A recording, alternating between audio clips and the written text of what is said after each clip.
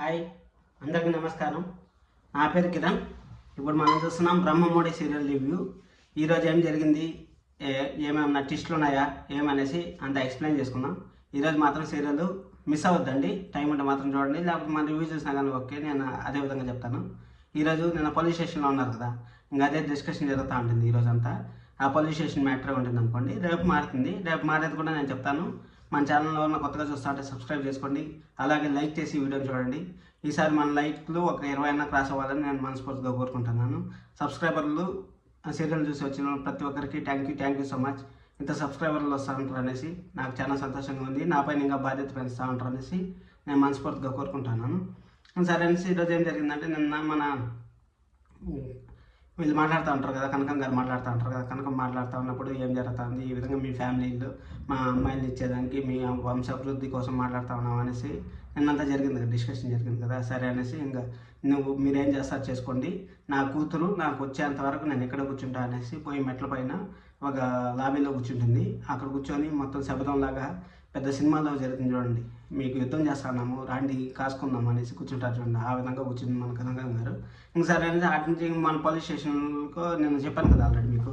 నేను ఏం జరిగిందంటే, పోలీస్ స్టేషన్లో పోలీసు వాళ్ళు ఎవరన్నా చెప్పి ఆ అమ్మాయితో వచ్చి కేసు రివర్స్ తీసుకుంటే మేము కేసు ఎఫ్ఐఆర్ ఫైల్ చేయలేదు అనేసి వాళ్ళు చెప్తారు కదా. సరే అనేసి ఇంకా మన కావ్య ఉంది కదా, కావ్య సూపర్గా మైండ్ చేస్తుంది అబ్బా.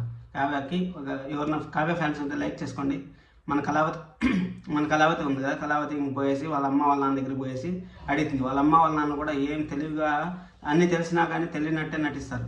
అసలు మా కూతురు ఏం చేసింది, మాకు తెలియదు ఈ విధంగా జరిగింది అనేసి, మీ చెల్లి చేసేది బాగుందా, అప్పు చేసేది బాగుందా, మీ మర్దీ చేసేది బాగుందా అనేసి వాళ్ళు రివర్స్ అవుతారు కావ్య పైన. ఇంకా రివర్స్ అయిపోయింది కావ్య, మన రాజు ఏం చేయాలో తెలియకుండా ఇంక చూసుకుంటూ ఉంటారు. వాళ్ళు ఏం మాట్లాడతారు తెలుసు, అసలు మీరు మా అమ్మాయిని అన్యాయం చేస్తారనుకుంటా అంటారా, మీరు మా అమ్మాయికి ఈ విధంగా చేస్తారనుకుంటా అంటారా, నువ్వు మాత్రం బాగుండొచ్చు మా అమ్మాయి మాత్రం పనికి రాకుండా అయిపోవాలా అనేసి వాళ్ళు అడిగే కొందికి ఇంక సరే అనేసి, ఒకవేళ నా చెల్లె పెళ్లి చేసుకోవాలనుకుంటే నేను నా చెల్లిని అసలు మీరు మమ్మల్ని అడగాల్సిన పని లేదు, మీ కూతురు ఎందుకు ఇచ్చి చేస్తాము అనేసి మన కావ్య వాళ్ళతో గలాట పెట్టుకుంటుంది. కావ్య గలాట పెట్టుకుంటే మా పెళ్ళిలో ఏదో 2 కోట్లు హెల్ప్ చేశారంట. 2 కోట్లు హెల్ప్ చేశారు. అప్పుడు 2 కోట్లు మా భర్తకు చెప్పి నేను తెచ్చిచ్చాను కాబట్టి ఆ పెళ్లి జరిగింది. లేకపోతే నా చెల్లిని చేసేటట్టయితే నేను ఎందుకు 2 కోట్లు చేపిస్తాను, అప్పులో పిలిచి నేను గలాట్ చేయించేవాళ్ళం కదా అనేసి కావ్య రివర్స్ అవుతుంది. రివర్స్ అయ్యేందుకు వాళ్ళ ముఖాల్లో భయం మొదలవుతుంది. భయం మొదలయ్యేందుకు సరే అనేసి అయినా కానీ వాళ్ళు చెప్తానే ఉంటారు, ఈ విధంగా చేస్తూ ఉంది, మాకు సంబంధం లేదు, మా కూతురు అన్యాయం అయిపోతుంది, మా కూతురు ఈ విధంగా జరుగుతుంది అనేసి వాళ్ళు మళ్ళీ అదే మాట రిపీట్ చేస్తూ ఉన్నా కానీ మళ్ళీ కావ్య చెప్తుంది, నేను అప్పులను పిలిచి అప్పుడు గలాట్ చేసింటే మీరు పెళ్ళి అయ్యేది, అసలు మా అప్పుకి ఇచ్చి పెళ్లి చేసేవాళ్ళం కదా, మా అప్పు వాళ్ళు చిన్న ఫ్రెండ్స్ వాళ్ళు అంతే, మంచి స్నేహితులను పట్టుకొని మీరు ఈ విధంగా మాట్లాడడం ఏమాత్రం న్యాయం కాదు అనేసి వాళ్ళు మాట్లాడుతూ ఉంటే సరే అనేసి ఇంకా స్నేహితులు కదా అనేసి సరే ఆడికైపోతుంది. ఆడికైపోయిన తర్వాత మళ్ళీ మా ఆయన ఇచ్చిన 2 కోట్ల గురించి అందరికీ చెప్పేస్తాను అంటే అప్పుడు మీ పరుగు పోతుంది, మిమ్మల్ని అతపై పోలీస్ స్టేషన్లో వేసేస్తారు, నీ కూతుర్ని అందరిని పోలీస్ స్టేషన్లో వేసేస్తారు, అప్పుడన్నా మీకు బుద్ధి వస్తుంది అనేసరికి వాళ్ళు భయపడతారు. భయపడే కొద్దికి ఏమవుతుందంటే సరే అనేసి వాళ్ళ కూతురు ఫోన్ చేస్తారు. వాళ్ళ కూతురు ఫోన్ చేసి వాళ్ళ కూతురు కారు వేసుకొని వస్తుంది. కారు వేసుకొని వచ్చిన తర్వాత వాళ్ళ కూతురు ఏమైందమ్మా ఏమైందన్నా అని అడిగే కొద్దికి, అమ్మ మన కేసు వాపస్ తీసుకువెళ్తాం అంటే మీకు ఏమైనా బుద్ధి ఉందా లేదా, ఎందుకు తీసుకోవాలి, నేను ఇంత కష్టపడి చేసిండేది కేసు వాపస్ తీసుకోవడానికి అనేసి ఇంకా అనే కొద్దికి సరే అనేసి వాళ్ళు రిక్వెస్ట్ చేసుకొని మన ప్రాబ్లమ్స్లో ఫేస్ చేస్తాము, ఈ విధంగా వద్దు మనం కేసు వాపస్ తీసుకునేద్దాం అనేసి సరే వాళ్ళు అంటారు. ఇంక వాళ్ళు అన్న తర్వాత సరే అనేసి నేను ఒప్పుకోను, నేను తీసుకోను అనేసి అన్నా కానీ నీకు బాగుండదు, మనమే పోలీస్ స్టేషన్కి పోతాము, ఆ విధంగా చేస్తారంట కావ్య వాళ్ళు, మనం పోయి కేసు వాపస్ తీసుకునేద్దాం అనేసి వాళ్ళ నాన్న కన్విన్స్ చేసి లోపల తీసుకెళ్తాను. లోపల తీసుకెళ్ళినప్పుడు ఫుల్ కామెడీ ఉంటుంది. నేను చెప్పాను కదా నిన్న మీకు, ఏం చెప్పాను, వాళ్ళిద్దరిని పక్క చేతిలో కూర్చోబెట్టారని చెప్పాను కదా. అప్పుడు మన కళ్యాణ్ పోయి కాఫీ తీసుకుపోయేసి మన అప్పుకి ఇస్తా ఉంటాడు. అప్పుకి ఇచ్చినప్పుడు ఏం జరుగుతుంది, అప్పుడు కరెక్ట్గా అప్పుడే అదే మన అనామిక గారు ఎంట్రీ అవుతారు. ఎంట్రీ అయినప్పుడు ఎవరికైనా బాధే కదా, కేసు పెట్టిండే వాళ్ళని పక్కన కూర్చోబెట్టినప్పుడు ఎవరికైనా బాధే కదా. అప్పుడు బాధ ఉన్నప్పుడు ఏమైందంటే సరే అనేసి చూడు వాళ్ళు రొమాన్స్ ఇప్పటికన్నా ఆపుతా ఉంటారు, నేను కేసు వాపస్ తీసుకొని నేను వెనక్కి వెళ్ళిపోతానని మన అనామిక మళ్ళీ అంటుంది. అంటే మళ్ళీ వాళ్ళ అమ్మ నాయన వచ్చి వాళ్ళు ఏదో చేసుకుంటూ ఉంటారు, వాళ్ళు అక్కడే పెట్టినామంటే ఇంకా ఎక్కువ చేస్తూ ఉంటారు, నువ్వు కేసు వాపస్ తీసుకో తల్లే మహా తల్లో అనేసి వాళ్ళ కాళ్ళ వెళ్ళబడి ఇంకా కేసు వాపస్ తీసుకోవాలని పోతుంది. పోలీసులు కూడా చివాట్లు పెడతారు అనామికకి, ఈ విధంగా సాక్ష్యాలు లేకుండా కేసు పెడతావు, ఈ విధంగా పోలీస్ స్టేషన్ అంటే ఆటోమాట అనుకుంటున్నావా, నీ ఇష్టం వచ్చినట్టు వచ్చి కేసు పెట్టేదానికి, ఇంకొకసారి కానీ ఈ విధంగా చేస్తావు అంటే నేను ఫస్ట్ బొక్కలు వేసేస్తాం అనేసి అనామకని బెదిరిస్తారు పోలీసులు. సరే సార్ క్షమించండి అని చెప్పేసి ఇంకా ఆడికి అయిపోయిన తర్వాత సరే అనేసి ఇంక వాళ్ళని బయటికి తీసుకెళ్ళిపోతారు. బయటికి తీసుకెళ్తే ఇంటికి తీసుకెళ్తారు.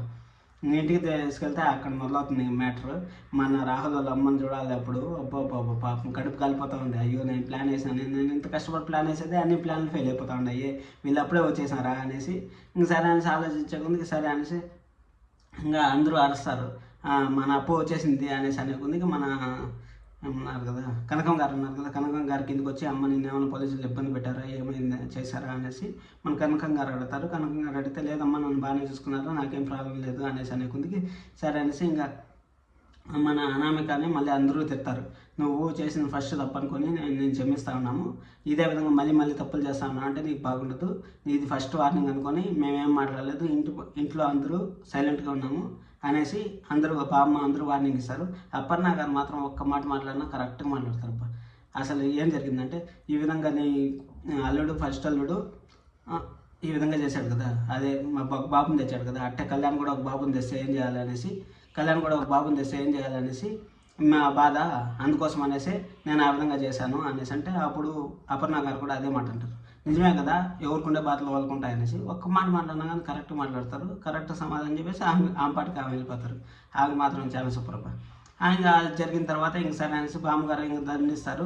సరే అనేసి ఇంక అప్పు తీసుకొని బయలుదేరుతారు. ఇంక నెక్స్ట్ రేపు ఏం జరుగుతుందా అనేది మీకు ఆల్రెడీ చెప్పాను. అదే వాళ్ళు మ్యారేజ్ డే వస్తుంది, మ్యారేజ్ డేలో బొక్కే కొన్నప్పుడు ఆ పిల్లవాడికి ఆ బొక్కేకి ఏదో సంబంధం ఉండేటుంది.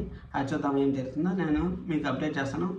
మనకి టీవీ కన్నా ముందే మన ఛానల్లో రివ్యూస్ వస్తూ ఉంటాయి. మన ఛానల్లో ఉన్న కొత్తగా చూస్తాను, సబ్స్క్రైబ్ చేసుకోండి. అలాగే లైక్ చేసి వీడియోని చూడండి, మీ friends and family members share చేయండి. Thank you so much.